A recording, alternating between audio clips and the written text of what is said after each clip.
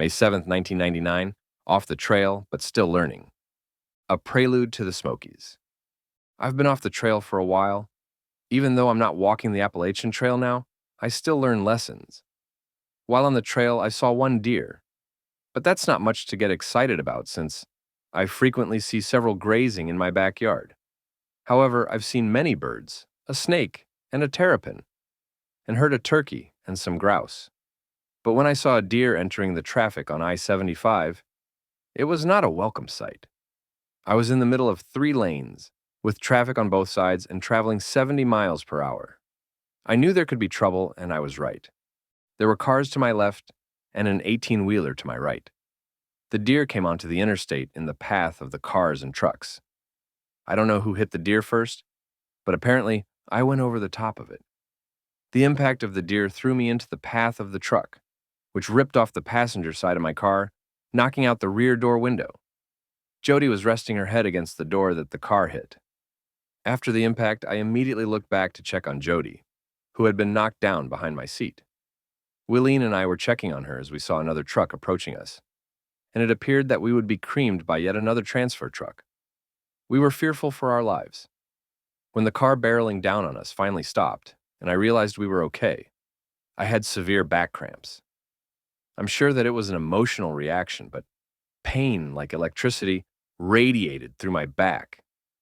But when it was over, and I got the car safely off the road, all we had were a few cuts, bruises, and a lot of gratitude that we were not seriously injured. The truck veered off the road and down an embankment. The driver was not hurt. He did an admirable job of keeping the truck from turning over as he went off the road.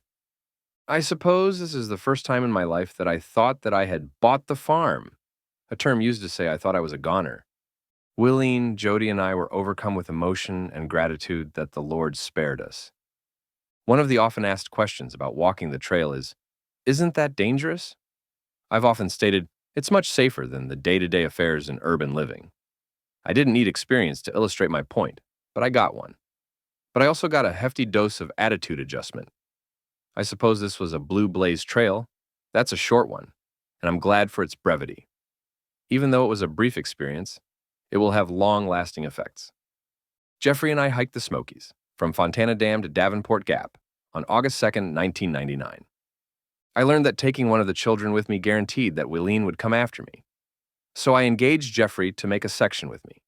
What a joy now to have another of my sons share time on the trail with me. Willene and I met Jeffrey, our oldest son, at his downtown Atlanta apartment at 5:45 a.m. on our way to Fontana Dam. Fontana Dam is the last leg of the AT that I completed in 1999. We stopped for breakfast at Franklin, North Carolina, and on my previous visit to Franklin, I loaned my car to 2 young men, one from Massachusetts and the other from New Zealand. I walked the AT with them. When we got to a gap, I let them drive my car to town so they could get a motel for the night. In return, they picked me up at Wallace Gap. This allowed me to walk 3 more miles than I would have walked if we had not helped one another. Before I let them have my car, I took a picture of them in case they didn't return. We drove a very narrow, crooked road to Fontana Dam. We went to the visitor's center at the dam for information about signing in for the permit to cross the Smokies AT, but the host didn't know where to sign in. After a few phone calls, they directed us to the boat ramp where I last entered the dam area after leaving the trail. There was a simple form to complete and leave in a secure box. After Jeffrey had completed the information, we made our final preparations to begin a journey that we had anticipated for several months. Most folks have a trail name, or someone gives them a name. Willene asked Jeffrey his trail name. I guess Hobab's son, he said. She responded, since your dad is Hobab and has a web page, you can be .com. I liked his name even though I didn't call him by that name any time while we were away. We had a good laugh and will for time to come that his trail name is .com. We drove across the Fontana Dam to the trailhead. After our goodbye, Willene took our picture as we entered the trail for a long ascent at the beginning of the trail, 11 a.m., to an abandoned tower at Shoe Shack. This was one of the defining moments for us, when we got to a split in the trail that was not marked.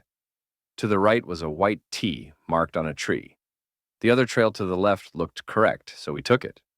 After about a quarter of a mile, we both got concerned that we had taken the wrong trail. We asked ourselves if we were missing the obvious T, which must mean trail, even though we had no reason to think that. So, we backtracked to the fork in the trail to take the one marked by the T.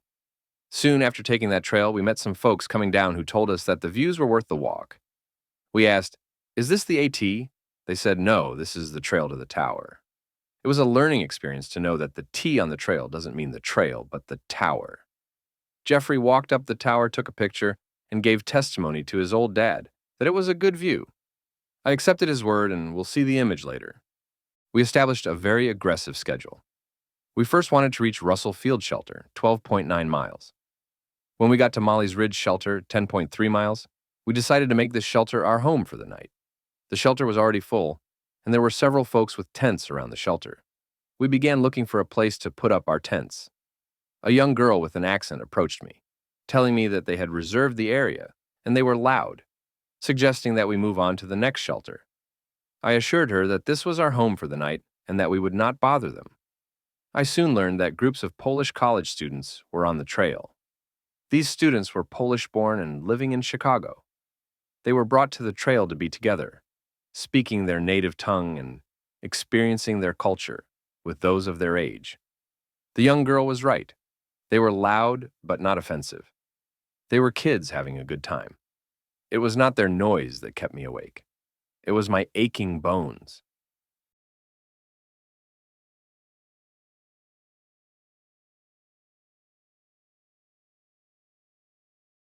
We met a father backpacking with his son, meeting the Boy Scout merit badge requirements. This man was unhappy with the Polish students because he spent the last night in a shelter with them. They kept him awake the night before, and he anticipated no less tonight. He had a cell phone that didn't have coverage, so Jeffrey let him use his cell phone so he could make contact with his wife to pick him up in a couple of days. Jeffrey thought it was the father after the merit badge, not the son. I was concerned that this shelter had a herd of wild boar the night before. The ground was rooted where the hogs had been. I was more concerned about the wild boar than the bear. The shelters in the Smokies National Park have chain-linked fences across the front to protect hikers from the bears. Those of us sleeping in our tents had no protection from the bears. As we hiked this section, the park rangers erected strong, permanent food hangars. They were taking down the chain-link fencing. Feeding the bears is prohibited, but they found that people behind the fencing would feed the bears. As a result of feeding the bears human food, they become friendly with humans and pose a danger. The worst menaces in the shelters are the mice. The wealthiest aspect of walking the trail is the people. We met so many exciting and wholesome folks along the way. I've mentioned the half-dozen Polish students and a father and son making the southbound trip to Fontana Dam for a merit badge requirement. Everyone is helpful, friendly, and non-invasive. After a restful night, Jeffrey and I were ready for the challenge of our second day on the trail. We were behind in our schedule, but that wasn't important. We were determined to walk if we felt good and there was daylight. August 3rd, 1999. We would have to walk to Sealer's Bald, mile marker 27.3, to get back on schedule. The nights are long for me. My bones ache, and getting a comfortable resting position is very difficult. The scout's father didn't sleep well because the Polish teenagers kept him awake. He was very disturbed by the noise last night. He encountered the kids wanting to put food inside the shelter that would attract rats as he was trying to sleep. He insisted they hang their food, pots, and pans on the hangers with their packs to prevent mice from disturbing their sleep. We listened as we got ready for the continuation of our northbound route. We would not see these folks again, but we had no idea what the next shelter would bring. We got going before 8 o'clock this morning, but it would be the last day that we would get away so early. We knew this would be a long day for us. Our rest stop was at Derrick Knob Shelter. Several hikers were settling in for the evening, but we were determined to make it to the next shelter. We were feeling good, and there was plenty of daylight left. Jeffrey was waiting on me when I arrived at the Derrick Knob Shelter, which was the usual routine. Another group of Polish youth was gathering for the evening in the shelter. Another father and son team were hiking to meet merit badge requirements. Our brief talk with them showed they had been in a shelter with these noisy kids the night before. Jeffrey and I got hydrated with a new supply of water. As we got ready to leave, Jeffrey put on his river hat. The kids were speaking Polish and laughing. Jeffrey asked, "Do you think they are making fun of me?" When I looked at him, I said, "I'm sure they are." The mileage markers and the maps were different, so we were unsure how far to the next shelter. Those who had walked it said it was not as far as the markers indicated. After walking for about an hour, I heard someone coming up behind us. We saw 3 of the kids at the shelter we just left. I soon learned that these kids were staying at the shelter, our destination. They just came to visit their friends. The groups that traveled to the AT had to break up into small groups, so these kids went back and forth between the shelters, visiting. I thought, only if I had that much energy. The kids that we followed dragged dry wood for 3 miles so they could build a fire. We arrived after 8 p.m., where we found a full shelter with others setting up tents outside. There wasn't much room, but we found a tent on thick grass. I thought it would be lumpy, but it was the softest place I slept on the trip. Since we were so late, we hurried to set up our tents and supper. As dark as we were getting our meal, I heard a small voice cry, "We made it, we made it." A young youth with his father was walking into camp and was delighted to be among people and at a campsite. We soon met Jim and James, a delightful father and his son. They were walking side trails that covered about 30 miles. Today, they walked 7 miles and forded several streams before arriving at the campsite. Nothing about this trip was more encouraging than seeing men, women, and children walking the trail together. Jim and James were a joy to Jeffrey and me as we observed them on a trip that would define their relationship for life. To the other side of us were 2 young men from Chicago who were spending their vacation traveling the trail. They were very interested in the Appalachian Trail because they had walked mainly on the side trails rather than the Appalachian Trail. I hope to hear from them as well. After a meal of ramen noodles, it was almost dark. There's nothing left to do but go to bed. You can bet that we were ready for that. August 4th, 1999, we walked from Siler's Bald to Icewater Spring. It's a rather demanding ascent from Siler's Bald to Clingman's Dam, but the terrain is unusual and beautiful. There was grassier baldness here than anywhere I've been on the trail. There are some spectacular views in this region. When Jeffrey and I walked up to the tower at Clingman's Dome, we commented that we felt out of place. We had not been among people for several days, and now dozens of folks were around. Folks gave us a curious look. I recall that, as a child, the Goat Man created a lot of excitement when he came to town. We felt like the Goat Man. We smelled like we'd been on the trail for 3 days, with messy hair, unshaven, and looking homeless.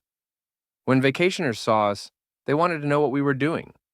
There were various questions and many encouraging words. How quickly the tower at Clingman Dome cleared out was terrific when we arrived. I'm sure everyone wanted us to have a good view, since we had made such an effort to get there. We left Clingman's Dome at about 12:30 for Newfound Gap and, eventually, Icewater Spring Shelter. It took us 4 hours to get to Clingman's Dome from Siler Bald. Clingman's Dome is the highest peak on the AT, with an elevation of 6,642 feet. When we left Clingman's, we were descending. We made a stop for water at Mount Collins Shelter about midday. The water source was located a half-mile off the trail. We left our packs at the intersection on the trail while we made the trek for water. Being hydrated has been a significant concern for us this entire trip. We were afraid not to keep a good supply of water. It was a challenging walk to Newfound Gap. We exited the woods at a lower parking lot at the Clingman's Dome access road at about 4:30, where we rested on the grass 1.7 miles from Newfound Gap. People driving by laughed at us or made noise, but we were undaunted. An amiable family from Mississippi asked questions and discussed the trail with us. The father had a leaf and a fruit, asking us to identify it. I didn't know then, but later realized it was probably a buckeye. I wondered whether we would get to the Icewater Shelter before dark.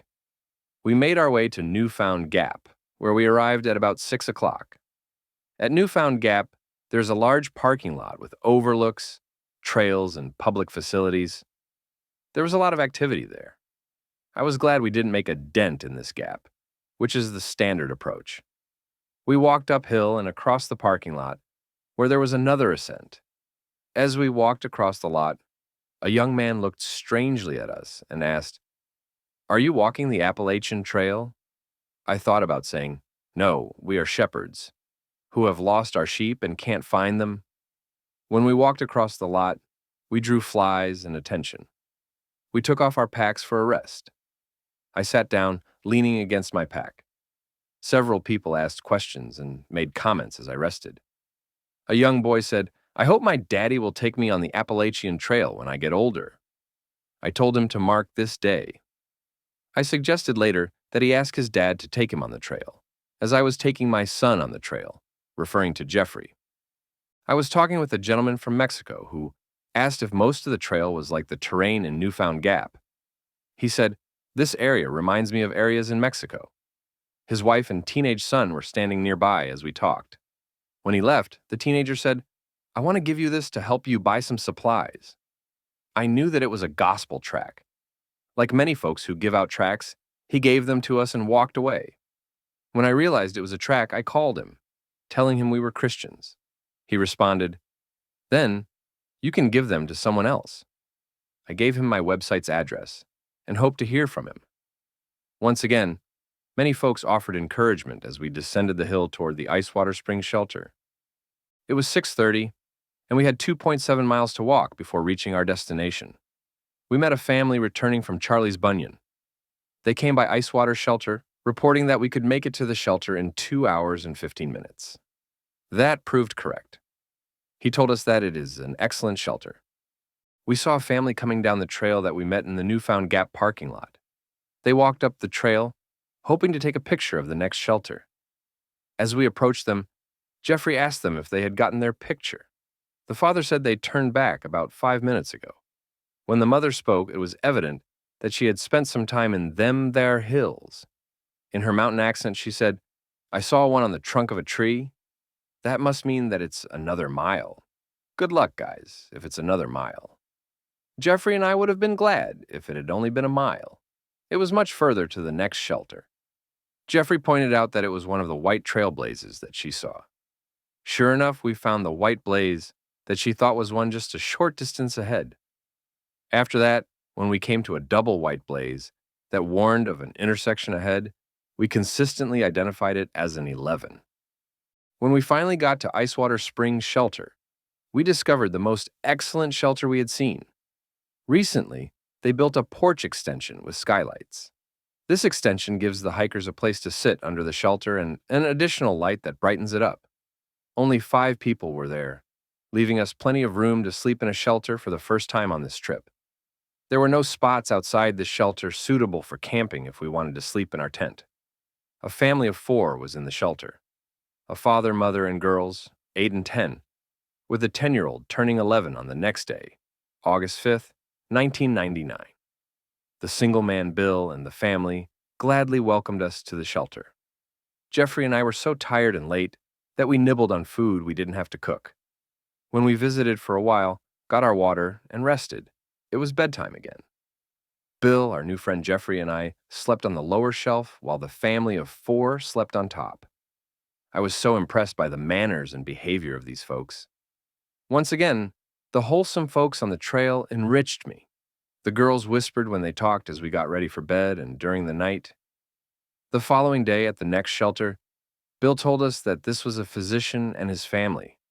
They were originally from South Africa, but were now living in Michigan. They were considering a move to Arizona. August 5th, 1999, the destination was Tri-Corner Knob. As we were getting ready for a new day, I heard an early happy birthday for the 11-year-old. Later, Bill brought her a candle to blow out. He said, "Every little girl should have a candle to blow out on her birthday." Jeffrey and I ate breakfast, which consisted of 5 packs of oatmeal of various flavors. It was good.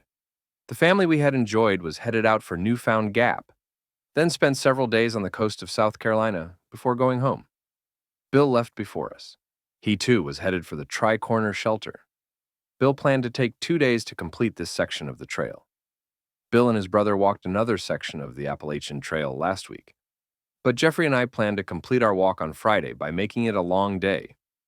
It was about 12.3 miles to Tri-Corner, then 16 miles to complete the trail.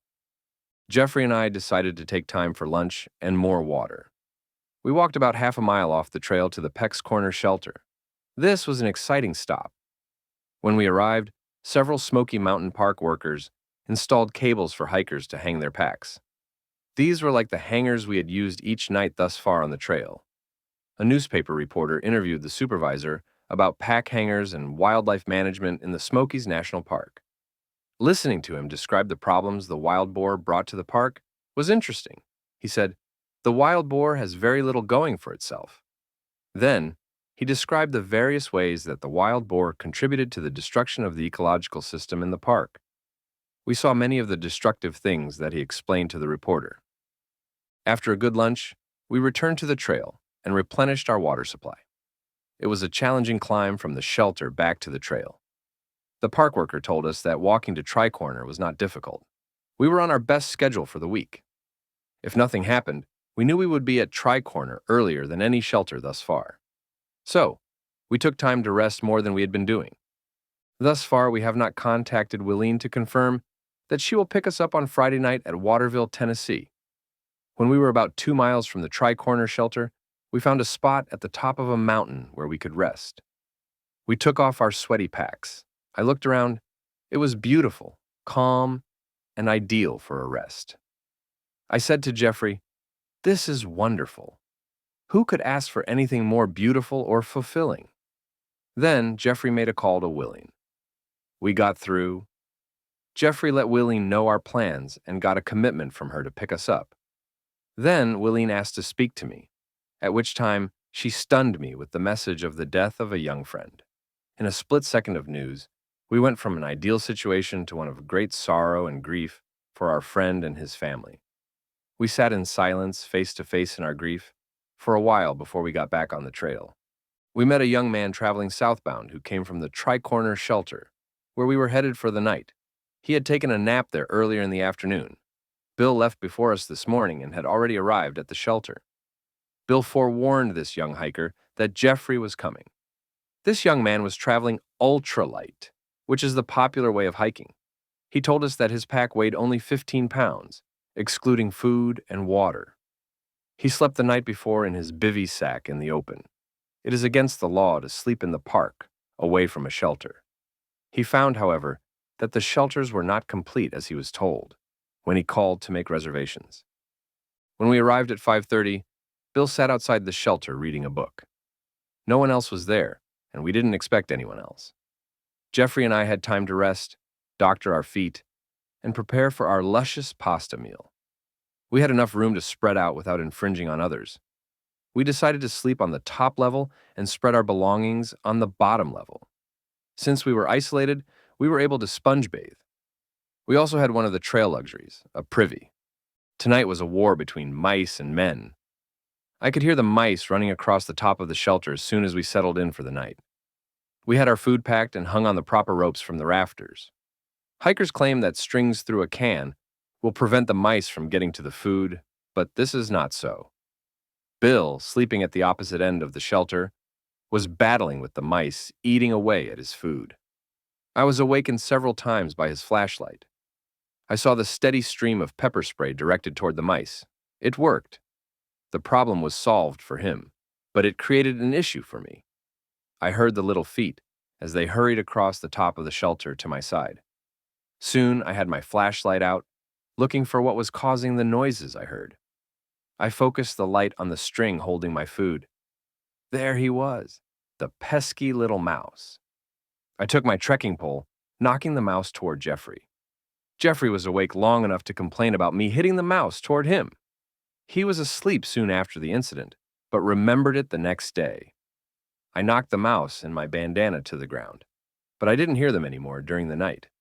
But the following day, there were holes in my bandana and my bath towel where the mice had gnawed through them. The battle with the mice was an exciting topic for discussion the next day. Bill decided to try to make it out of the park in one day. He was ready for a motel rather than another shelter, fighting the mice. Jeffrey told him that an APB was out on him by the mice. Bill said, "Yes, and they don't know it, but I'm out of pepper spray." August 6th, 1999.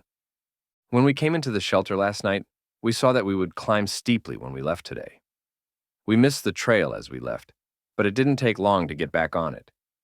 Knowing that we had 16 to 18 miles with half of the distance downhill was encouraging.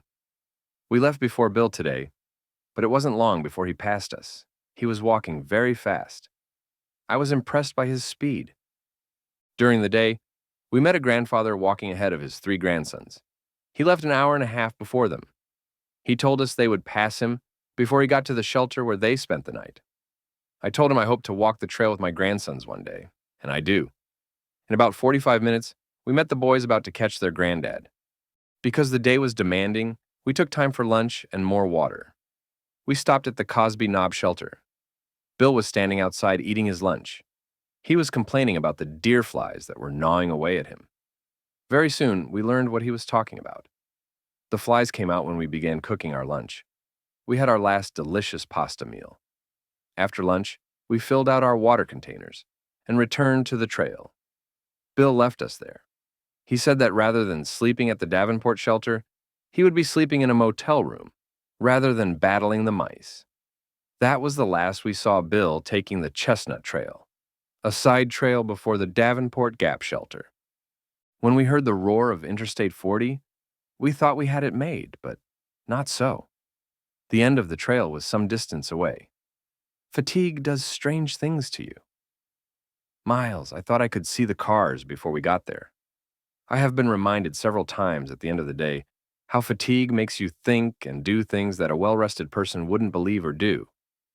When we got to Highway 32, it took several attempts to find the trail's entrance on the other side of the road.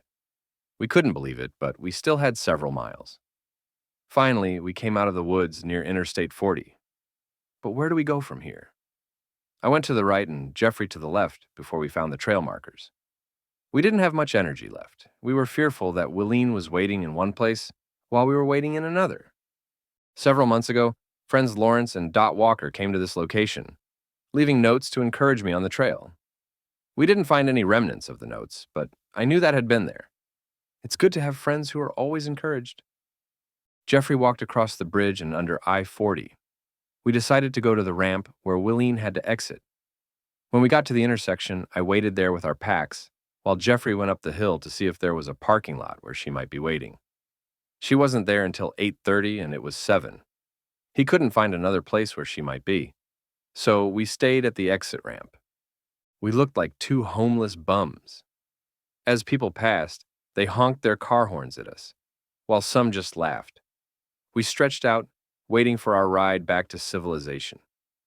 Jeffrey got out his air mattress to lie on while waiting for his mother. When Willene drove up at 8 o'clock, she stopped the car about 20 feet from us. Jeffrey had her drive the vehicle nearer before he would get up. It was a great comfort knowing that someone was coming for us. Next, Jeffrey and I celebrated the completion of this section with a high five. Willene brought us a change of clothes. She found a rest stop just a few miles from Asheville, where we were to change clothes. She also brought a cooler with soft drinks that we got into very quickly. Each of us drank 3 before getting back to Charlotte. As we talked, Willene noticed that she drove past the exit to the rest stop. Jeffrey and I had no problem with our odor until we got to the motel in Charlotte. Jeffrey informed his mother that it was forgivable that she missed the rest stop, but it would not be excusable if she missed the exit to the Golden Arches. We were famished for some fat and sugar. When we got to McDonald's, we went in to wash up. As we hobbled in, unshaven, dirty, and with a trail of dogs following us, I'm sure the patrons thought perhaps we were holding Willene hostage. We got supersized with fat and sugar. It was good. We took Jeffrey to the motel to bathe there because he and Kristen had house guests for the weekend. Once again, it was so good to be clean and comfortable